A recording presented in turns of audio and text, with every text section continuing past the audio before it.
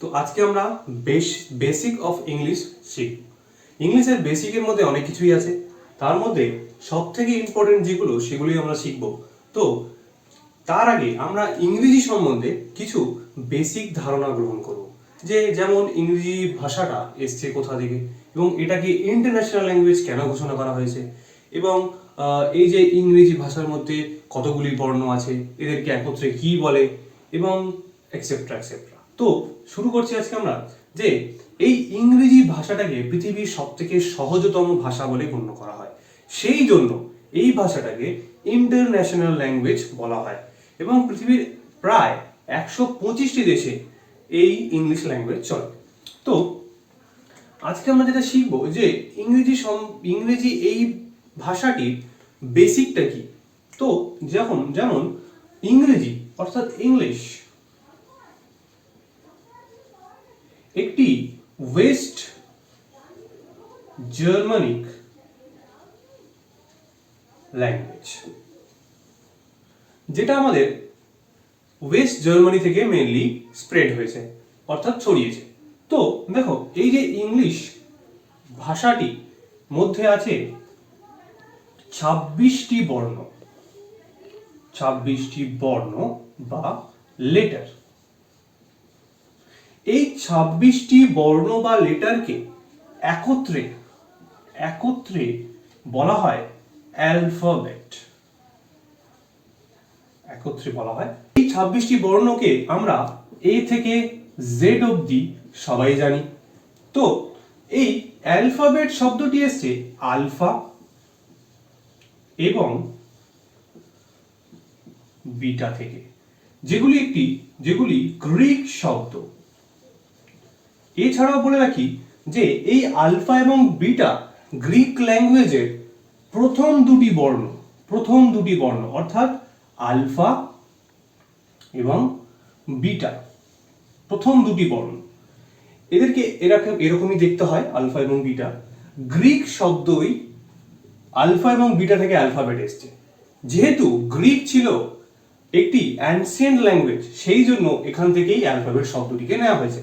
এই 26টি অ্যালফাবেটের মধ্যে আছে 5টি ভাওয়েল ও 21টি কনসোনেন্ট।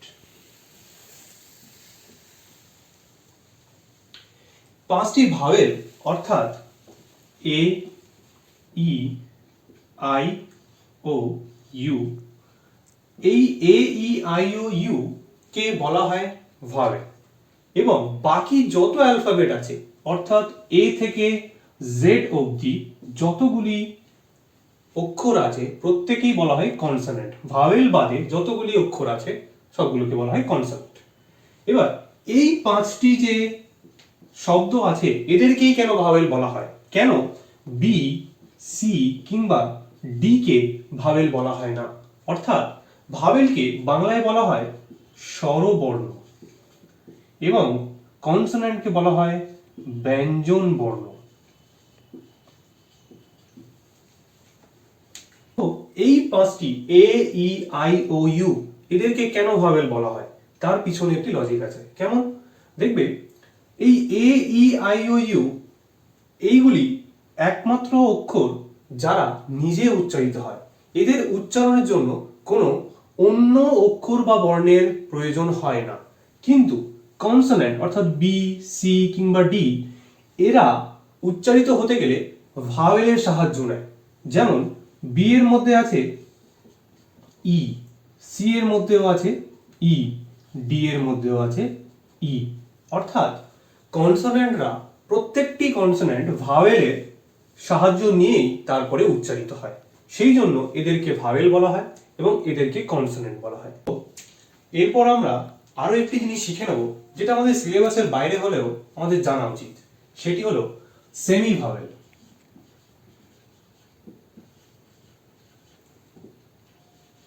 সেমি ভাওয়েল যেটাকে আমরা বলি অর্ধস্বর, অর্থাৎ এমন কিছু কনসোনেন্ট আছে যারা স্বরবর্ণের মতো আচরণ করে, যেমন ডব্লিউ, এবং ওয়াই, এই দুটি কনসোনেন্ট কিছু কিছু জায়গায় স্বরবর্ণের মতো আচরণ করে, সেই জন্য এদেরকে সেমি ভাওয়েল হিসেবে চিহ্নিত করা হয়েছে। যেমন উইন্ড, ইউ। এখানে উইন্ডের ডব্লিউ এবং ইউ এর ওয়াই একটি স্বরবর্ণের মতো ব্যবহৃত হয়েছে, তাই এদের আগে যদি আমরা আর্টিকেল বসাই তাহলে আমাদেরকে অ্যান বসাতে হবে। দ্যাটস ওয়াই এটাকে সেমি ভাওয়েল বলা হয়।